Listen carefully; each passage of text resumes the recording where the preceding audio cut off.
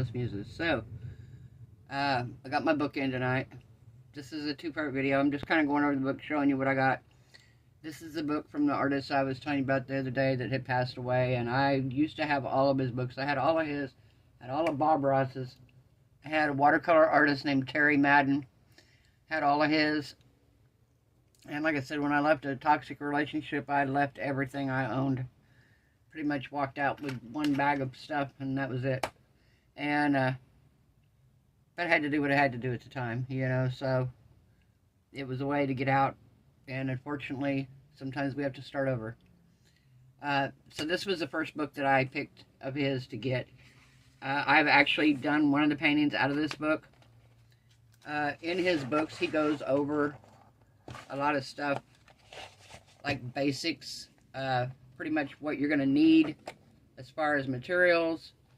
He explains brushes, what the different types of brushes mean, brush care, what kind of acrylic paints, how to set up your palette, your canvases, other materials, charcoal, pastels, a palette knife, a maul stick. A maul stick is pretty handy if you're not super, if your hands are a little shaky. There we go. A maul stick is very handy because basically you prop it up against the side of your canvas, or you rest it on there and it lets you put your hand on there to get detailed work, and so your hands don't shake. Really handy. I think there's a picture of it in here. What it's like to look at it. It shows you how to do color mixing, your rule of thirds, how to eye stoppers, negative space, spillers, how to get different effects in paint, and then he has some different scenes here. There's one here. This one here, I actually tried to paint it years ago. I followed along on an episode of his. This one's not in the book, but I tried to follow along on an episode of his where he actually painted this over like 4 episodes, and I got it pretty much almost done, and that was about the time I left, so I never really got to finish that one. But he has several, and this is like how to paint a waterfall, how to paint a swamp scene. This is the one that I did, and I didn't do it exactly like this. I actually did a mix between this, and Bob Ross actually had a similar painting that was vertical, and I wanted the one I was doing to be vertical. I did leave the hair on in, but I did a vertical painting instead of horizontal, but I did do the swamp scene. And these go through step by step how to paint this. This is one I would like to paint, I think, at some point. It's a desert scene. And of course, I never do them exactly the same way he has them sketched on here. I kind of change them up according to how I want. But I follow some of his different composition recommendations, stuff like that. He tells you how to underpaint it, how to underpaint all the different areas. And I mean, it goes into complete detail to the point that there are, in this one here, 16, there's 19 different steps to finishing it. I love this one, the owl at night, how to paint a night scene. I love that look. Yeah, might have to try that at some point. There's horses here. I'll show you the one I kind of like to paint. This is the one here. I think this will probably be one of the first ones I paint, except like I said, I will change it up a little bit. But it's of a beach scene with seagulls and a pelican and a sailboat in the background and stuff. And I'll probably leave the pelican out and put one of the seagulls up on here and maybe add another palm tree in somewhere. Change a little bit of stuff around. I don't know if I want the sailboat out there. I may just have plain water. I don't know. We'll change it up a little bit, though, and make it ours. But, yeah. And he's got how to paint different seasons. How to paint summer, winter, fall. Winter, he has birds. And this is him you ever watched him on PBS or OETA or whatever, he's on PBS. Jerry Yarnell. He had a show called Paint This. He's been around for years on TV. I was looking to see if it tells when he was born in Tulsa, Oklahoma. Yeah, I don't see when he actually went on PBS. It doesn't tell. I believe it was, I want to say like 12, 13, 14 years ago, maybe even. Had to be that long at least, because I was buying these, oh my gosh, 20 years ago? Yeah. I bought these 20 years ago. When's the copyright on this? Does he have a copyright on it? I'm sure he does. Hang on, let me see when the copyright was on this. Glasses on so I can see what we're doing here.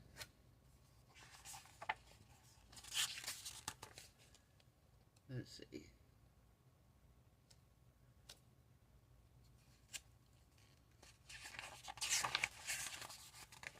Huh. Surely there's a copyright on here, I would think.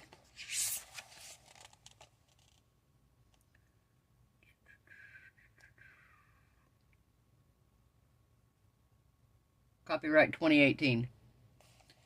So, yeah.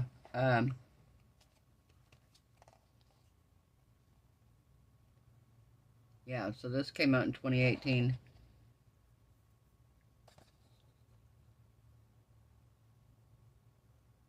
But yeah, he's got a bunch of them, and like I said, I've got a lot of them, so happy to have this one. Alright, guys. Now, for the big reveal. I'm going to put you guys on a pause. We're going to go in the bathroom, and I'm going to show you the Steampunk bathroom reveal in its entirety, and you get to see what we've been working on all this time. Alright, we'll be back in a minute, guys. Alright, guys, so we're going to walk in here. I'm going to get back here at the door, but we're going to walk in. So we have my Steampunk shower curtain. Now, to my left where I'm fixing to turn, there used to be a shelf that was from floor to ceiling. I'll show you the ceiling because there's still marks on the ceiling. But the bottom half of it was blocked off and you couldn't use it for anything. And the shelves were almost 3 foot deep. So it was not practical at all. So we're going to turn here. So this is where, there's my hamper. Excuse it, I'm going to get a new hamper eventually. This used to be one big shelf with a door on it. And if you see the ceiling there, you can see where it used to be. So me and Cody ripped it out. And we put my wooden pipe, my pipe brackets. I've got all my different things I've made. I got my shark's tooth that Michelle from Glitz and Glitter sent me. I have a little fan because it's really hot in here. My little jars I made. This is the thing I was telling about that I found. It has like copper down in the bottom of it. And it's clear. So that's that. I got wire baskets, plastic baskets. And there's 3 shelves here. Now, beside it here, excuse the lights guys, is my mirror. I put 2 butterflies because I did the 2 Steampunk butterflies. I put those right above the corners of the mirror. And I have butterflies around my mirror in miscellaneous spots here. And then, of course, my Steampunk tray, my Steampunk soap dispenser, and toilet paper holder. Now, my door here where I put my mirror at, this is where I was telling you I need to put something because the paneling there, I want to put a painting or something up here. That's where the hook used to be that we made. The hook, it's right here. We have 3 more shelves straight across from this one. Let me turn on my flash here. So, come on. 3 more shelves straight across from the one. And again, baskets.